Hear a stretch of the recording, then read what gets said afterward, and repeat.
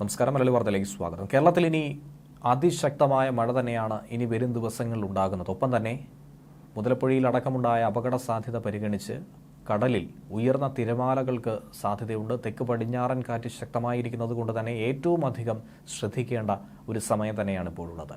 ഇനിയുള്ള ദിവസങ്ങളിൽ വ്യാപക മഴയ്ക്ക് സാധ്യതയുണ്ടെന്ന് കാലാവസ്ഥാ നിരീക്ഷണ കേന്ദ്രം വ്യക്തമാക്കിയിരിക്കുന്നു. സംസ്ഥാനത്ത് തെക്ക് പടിഞ്ഞാറൻ കാറ്റ് ശക്തമാണെന്നും ഇതിന്റെ സ്വാധീന ഫലമായിട്ടാണ് ഇപ്പോൾ കേരളത്തിൽ ഇങ്ങനെ മഴ കനക്കുന്നതെന്നും കേന്ദ്ര കാലാവസ്ഥാ വകുപ്പ് വിലയിരുത്തിയിട്ടുണ്ട്. കർണാടക തീരം മുതൽ കേരള തീരം വരെയായി നിലനിൽക്കുന്ന ന്യൂനമർദ്ദ പാത്തിയുടെ സ്വാധീനവും ഈ മഴയ്ക്ക് കാരണമായി മാറുന്നുണ്ട്. അതുപോലെ പല ജില്ലകളിലും ശക്തമായ രീതിയിൽ മഴ ലഭിച്ചിട്ടുണ്ട്. തലസ്ഥാനത്തടക്കം മഴ കിട്ടുന്ന ഒരു സാഹചര്യം തന്നെയാണ് ഉണ്ടായത്. ഇന്ന് കണ്ണൂരിൽ ഓറഞ്ച് അലർട്ട് പ്രഖ്യാപിക്കേണ്ട സാഹചര്യമുണ്ടായി. തിരുവനന്തപുരം, കൊല്ലം, ആലപ്പുഴ, എറണാകുളം, തൃശൂർ, മലപ്പുറം, കോഴിക്കോട്, കാസർഗോഡ് ജില്ലകളിൽ യെല്ലോ അലർട്ടും പ്രഖ്യാപിച്ചിട്ടുണ്ട്. നാളെ മുതൽ വടക്കൻ ജില്ലകളിൽ ഓറഞ്ച് അലർട്ട് പ്രഖ്യാപിച്ചു. അതിശക്തമായ മഴ തന്നെയായിരിക്കും ഈ മേഖലകളിലൊക്കെ തന്നെ പെയ്യാൻ സാധ്യതയെന്നാണ് കേന്ദ്ര കാലാവസ്ഥാ വകുപ്പ് പറയുന്നത്.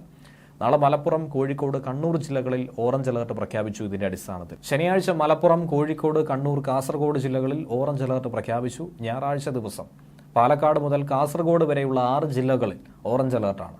അന്ന് അതിശക്തമായ മഴയ്ക്ക് സാധ്യതയുണ്ടെന്നാണ് കേന്ദ്ര കാലാവസ്ഥാ വകുപ്പ് പറയുന്നത്. കേരള തീരത്ത് ഉയർന്ന തിരമാലയ്ക്കും ഈ ദിവസങ്ങളിൽ സാധ്യതയുണ്ട്. അതുകൊണ്ട് മത്സ്യബന്ധനത്തിന് വിലക്ക് ഏർപ്പെടുത്തുകയും ചെയ്തിട്ടുണ്ട്. മത്സ്യത്തൊഴിലാളികൾ വളരെ ജാഗ്രതയോടുകൂടി തന്നെ ഇരിക്കുക. കടലിലിറങ്ങിയുള്ള വിനോദങ്ങളും കുളിയും ഒക്കെ തന്നെ ഒഴിവാക്കുക എന്നും മത്സ്യബന്ധന സാമഗ്രികൾ, മത്സ്യബന്ധന യാനങ്ങളും ബോട്ടും വള്ളവും ഒക്കെ തന്നെ കൃത്യമായി കെട്ടിയിടുകയും അതിൻ്റെ സുരക്ഷിത അകലം പാലിക്കുകയും കൂട്ടിയിടിച്ചുള്ള അപകടം ഒഴിവാക്കാൻ ശ്രദ്ധിക്കുകയും ചെയ്യണമെന്ന നിർദ്ദേശവും നൽകിയിട്ടുണ്ട്. ന്യൂസ് ഡെസ്ക് മലയാളി വാർത്ത.